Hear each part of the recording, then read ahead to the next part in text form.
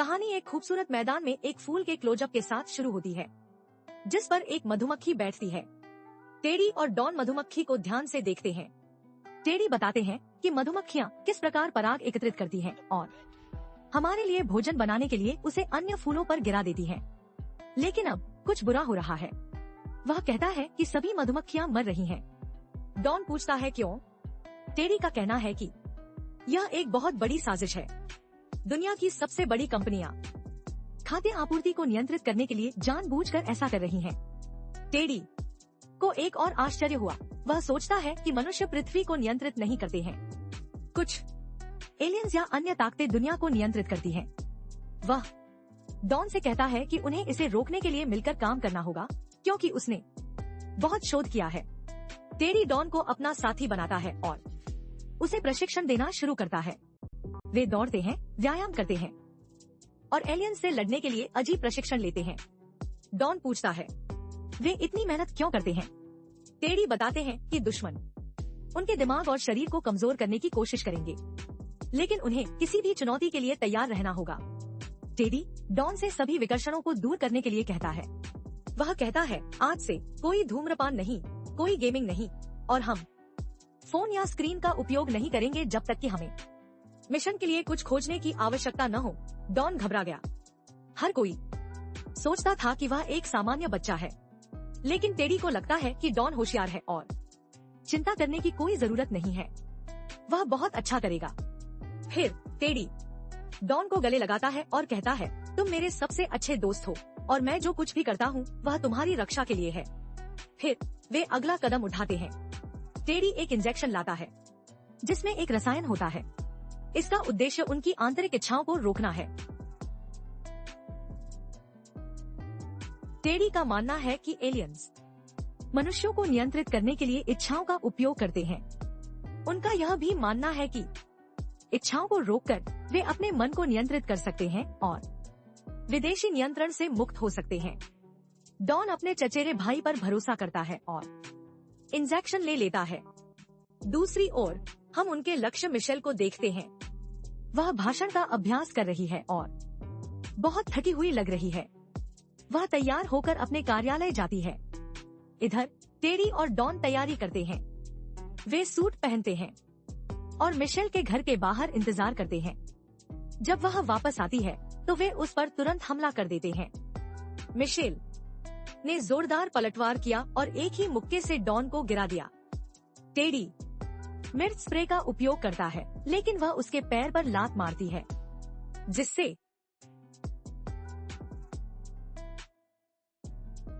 वह झाड़ियों में गिर जाता है। टेडी फिर से हमला करने के लिए उठता है, लेकिन मिशेल उसे नीचे गिरा देती है। वह भागने की कोशिश करती है, लेकिन गिर जाती है। पता चला कि टेडी ने उसे सुलाने के लिए एक दवा का इंजेक्शन दिया था। फिर वे लोग उसे कार में खींच कर ले जाते हैं और भाग जाते हैं। उन्होंने मिशेल का अपहरण कर लिया क्योंकि टेडी को लगता है कि वह एक एलियन है। कार में वह डॉन से कहता है कि वह अपना सिर मुंडवा ले, क्योंकि उसका मानना है कि एलियन सिग्नल भेजने और लोगों पर नजर रखने के लिए बालों का इस्तेमाल एंटीना के रूप में करते हैं। डॉन उसका सिर मुंडाता है। वे उसे एक पुराने घर में ले जाते हैं। तहखाने में उन्होंने उसके कपड़े और उपकरण जला दिए। फिर वे एक अजीब क्रीम लगाते हैं। टेडी बताती है कि यह क्रीम उसके तंत्रिका तंत्र को रोक देती है। वह डॉन से कहता है कि वह इंसान जैसी दिखती है, लेकिन अंदर से एलियन है। यह क्रीम उसे कमजोर कर देगी। जब मिशेल जागती है तो वह बिस्तर से बंधी होती है। वह गंजा है और उसका शरीर सफेद क्रीम से ढका हुआ है। टेडी और डॉन वहां खड़े हैं, सूट पहने हुए। डरी हुई मिशेल पूछती है कि क्या वह अस्पताल में है। टेडी का कहना है कि वह प्रतिरोध बेस पर है। वह अजीब व्यवहार करता है, कभी सम्मानजनक, कभी क्रोधित। उन्होंने कहा कि वे जानते हैं कि वह एक एलियन है। मिशेल हैरान हो जाती है और अपने बालों के बारे में पूछती है। टेडी कहता है कि उसने उन्हें इसलिए काटा ताकि वह अपने जहाज को फोन न कर सके। उसके दावों को नजरअंदाज करते हुए वह कहती है, मैं एक सीईओ हूँ। अगर मैं गायब हो गई तो पुलिस और FBI मुझे ढूंढने लगेगी। तुम पकड़ी जाओगी, लेकिन अगर तुम कोई सौदा करके मुझे छोड़ दोगी तो मैं वादा करती हूँ कि मैं पुलिस को नहीं बुलाऊंगी। टेडी उसकी एक्टिंग पर हंसता है। वह कहता है कि वह अच्छा नाटक कर रही है, लेकिन वह सच जानता है। वह दावा करता है कि मिशेल एक उच्च पदस्थ एलियन है जो पृथ्वी को गुलाम बनाना चाहती है। टेडी मांग करता है कि वह ग्रहण के दौरान उन्हें अपने जहाज पर ले जाए ताकि वे कोई सौदा कर सके। मिशेल दृढ़ता से कहती है कि वह कोई एलियन नहीं है। वह कहती है, मैं मानती हूँ कि मैं बड़ी हो गई हूँ और मैं जवान रहने के लिए डाइटिंग करती हूँ और स्किन केयर का इस्तेमाल करती हूँ। टेडी क्रोधित हो जाता है। वह सबूत के रूप में तस्वीरें दिखाते हैं और कहते हैं, आपके पास ग्रहण तक का समय है। जीने के लिए सच्चाई को स्वीकार करें। यह मत सोचो, मैं तुम्हें जाने दूंगा। उन्होंने आगे कहा, तुम्हारे कारण हमारे माता पिता और परिवारों की मृत्यु हुई। तुमने हमारे खेतों को नष्ट कर दिया। वह छोड़ देता है। फिर डॉन और टेडी अपनी जीत का जश्न मनाते हैं, लेकिन दिन बीतते जाते हैं और टेडी तनावग्रस्त हो जाता है। वह देखता है कि मिशेल के लापता होने की खबर फैल रही है। उसकी चिंता बढ़ती जाती है। घर पर उसे पता चलता है कि मिशेल उसे और अधिक परेशान कर रही है। वह खाना खाने से इनकार कर देती है। वह अपना गुस्सा मिशेल पर निकालता है और सख्त हो जाता है। डरी हुई मिशेल आज्ञा मानने को तैयार हो जाती है। वे रिकॉर्डेड स्वीकारोक्ति मांगते हैं। मिशेल सहमत हो जाती है और अजीब तरीके से कहती है, हाँ, मैं एक एलियन हूँ। यह तो नकली लगता है। वह उससे कहता है कि वह अभिनय करना बंद कर दे। मिशेल कहती है, यह झूठ लगता है क्योंकि मैं इंसान हूँ। मैं कैसे कबूल करूं? टेडी गुस्सा हो जाता है और मिशेल उसकी तरफ देखती है। वह कहती है, टेडी, तुम्हें मानसिक समस्या है। मैं एक मनोचिकित्सक हूँ। मुझसे बात करो। मैं मदद कर सकती हूँ। तुम ऑनलाइन बहुत ज्यादा फर्जी चीजें देखते हो और उन सब पर यकीन कर लेते हो। एलियंस यहाँ नहीं है। मिशेल के शब्द टेडी को और भी गुस्सा दिला देते हैं। वह गुस्से से भड़क उठता है और मिशेल को जोर से थप्पड़ मार देता है। डॉन डर जाता है। डॉन डरते हुए टेडी से पूछता है, अंतरिक्ष में क्या होता है? टेडी कहता है, हम कुछ घंटों के लिए पृथ्वी को बचाने जाते हैं, फिर लौट आते हैं। डॉन कहता है, शॉट्स मुझे भ्रम दे रहे हैं, लेकिन टेडी उसकी बात अनसुनी कर देता है। टेडी बस मिशेल से अपना अपराध कबूल करवाना चाहता है। वह उसे यातना देने की योजना बनाता है और एक मशीन से उसका सिर कुचल देता है। दबाव उसे बुरी तरह चोट पहुंचाता है। वह दया की भीख मांगती है और कबूल करती है कि वह एक एलियन है। टेडी हंसता है। रुकने के बजाय वह शक्ति बढ़ा देता है, जिससे और दर्द होता है। डॉन टेडी को रुकने के लिए चिल्लाता है, लेकिन टेडी शक्ति बढ़ाता जाता है जब तक मशीन खराब नहीं हो जाती और फ्यूज उड़ नहीं जाते। टेडी उसकी जांच करता है और देखता है कि वह बेहोश हो गई है। वह डॉन से कहता है कि एक इंसान जल जाता, लेकिन वह बस बेहोश हो गई।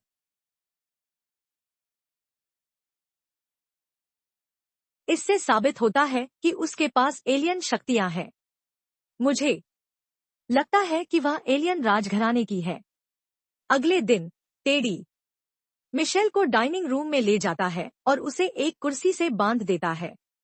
वह खाना परोसता है और बातें करता है। मिशेल, जो घायल है, बोल नहीं सकती। टेडी पूछता है कि मधुमक्खियों को क्यों मारते हैं। मिशेल कहती है कि मधुमक्खियां इंसानों के लिए इतना कुछ करती हैं, निस्वार्थ भाव से।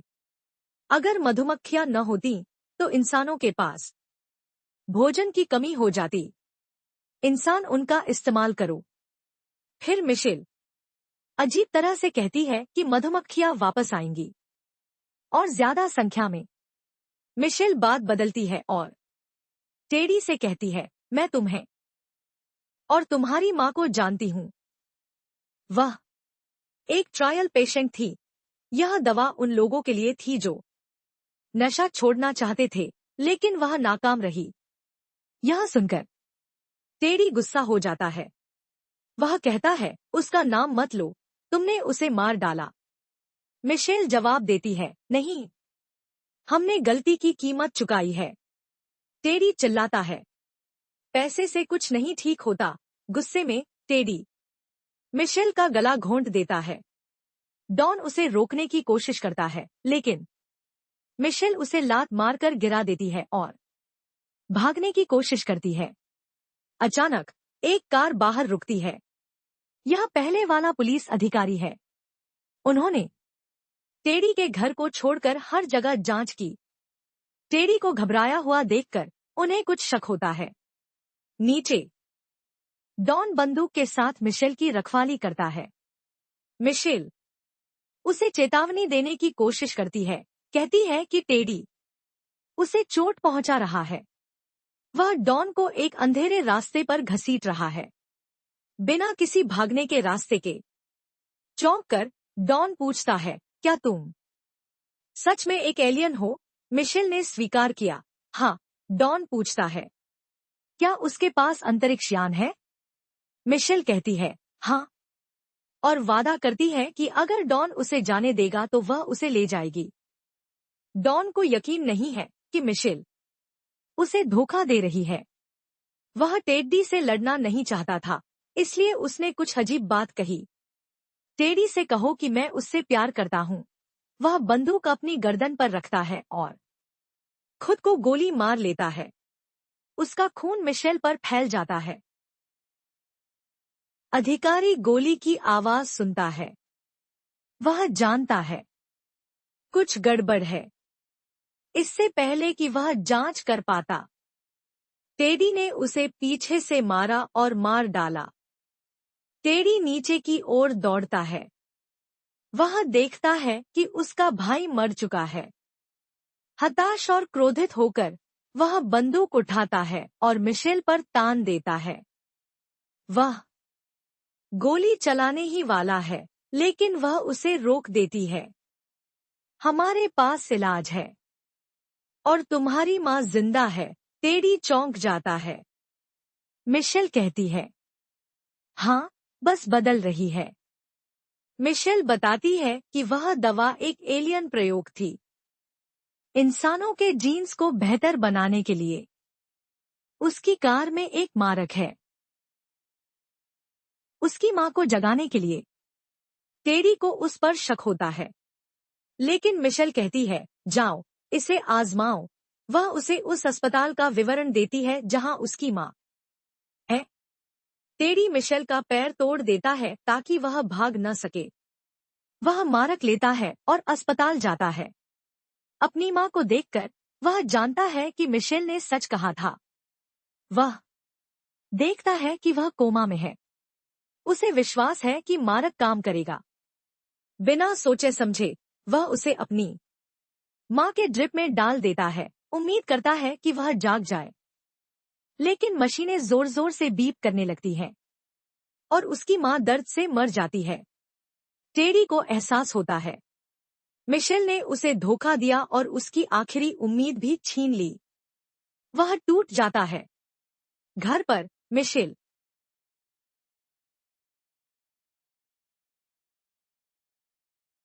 डॉन के शरीर से चाबियां निकालती है और खुद को आजाद करती है।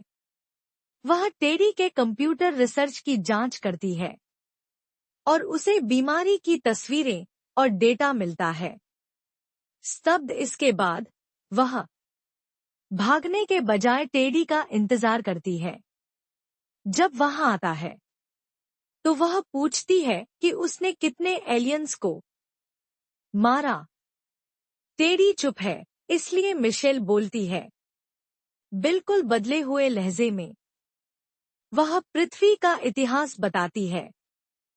75वां एलियन समूह डायनासोर के काल में पृथ्वी पर आया था। उन्होंने गलती से एक वायरस फैला दिया जिससे उनकी मौत हो गई। उन्हें अपराध बोध हुआ इसलिए उन्होंने ग्रह को बचाने के लिए इंसानों को बनाया। लेकिन इंसान क्रूर और आत्मघाती थे। वह कहती है कि एलियंस ने इंसानों को ग्रह को तबाह करते देखा।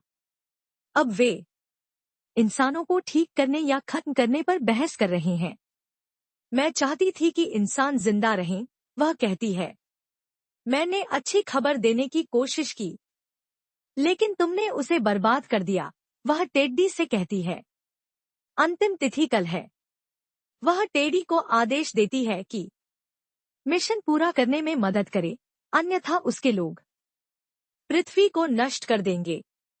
टेडी, जिसने सब कुछ खो दिया है, उसका कोई उद्देश्य नहीं है, इसीलिए वह सहमत है।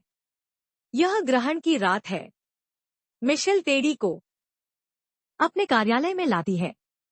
वह एक कैलकुलेटर में एक कोड टाइप करती है और उसे डिवाइस कहती है। फिर वह एक अलमारी की ओर इशारा करती है, एक टेलीपोर्टर। टेडी कहता है, मैं पहले जाता हूँ। मुझे तुम पर भरोसा नहीं है। मुझे लगता है तुम मुझे छोड़ दोगे। मिशेल मान जाती है और टेडी को अंदर भेजती है। लेकिन टेडी के पास एक योजना है। वह टेलीपोर्टर को नष्ट करना चाहता है ताकि उन्हें एलियंस से बचा सके। जैसे ही मिशेल उसे चालू करती है और उल्टी गिनती शुरू करती है, एक बहुत बड़ा विस्फोट होता है। मिशेल बेहोश हो जाती है। कार्यालय नष्ट हो जाता है। मिशेल एक एम्बुलेंस में जागती है। वह सुनती है कि हमलावर गायब हो गया है। यह सुनकर वह अपने आईवी हटाती है, बाहर कूद जाती है और अपने कार्यालय में मलबे में वापस आ जाती है। कोठरी अभी भी खड़ी है। वह अंदर जाती है। अचानक वह चमकती है और गायब हो जाती है। दृश्य एक अंतरिक्ष यान पर कट जाता है, जहां मिशेल पहुंचती है। हम अन्य एलियंस को देखते हैं। वह नेता के सामने खड़ी होती है और अपनी रिपोर्ट दिखाती है। वे देखते हैं कि इंसान अभी भी मूर्ख और आत्मघाती है, टेडी की तरह, जिसने अंततः खुद को मार डाला। एलियंस पूछते हैं कि उसका संपर्क क्यों टूट गया। वह बताती है कि उसके बाल मुंडा दिए गए थे, जिससे उसका सिग्नल रुक गया। टेडी सही था, उसका बाल एक एंटीना थे। अब मिशेल को एक काम दिया गया है। सभी इंसानों को मार डालो। वह एक मशीन के पास जाती है और एक बटन दबाती है। पृथ्वी पर एक ऊर्जा तरंग फैलती है। जहां भी यह जाती है, इंसान गिरते हैं और मर जाते हैं। यह सब चुपचाप होता है। जल्द ही दुनिया खामोश हो जाती है। सभी इंसान चले जाते हैं। केवल जानवर ही रह जाते हैं। क्रेडिट में हम एक मधुमक्खी को एक फूल पर देखते हैं। जैसा कि मिशेल ने टेडी से कहा था, मधुमक्खियां बड़ी संख्या में वापस आएंगी। उसके शब्द सच हुए। इंसानों के बिना दुनिया ठीक हो जाती है और फिल्म एक इंसान रहित दुनिया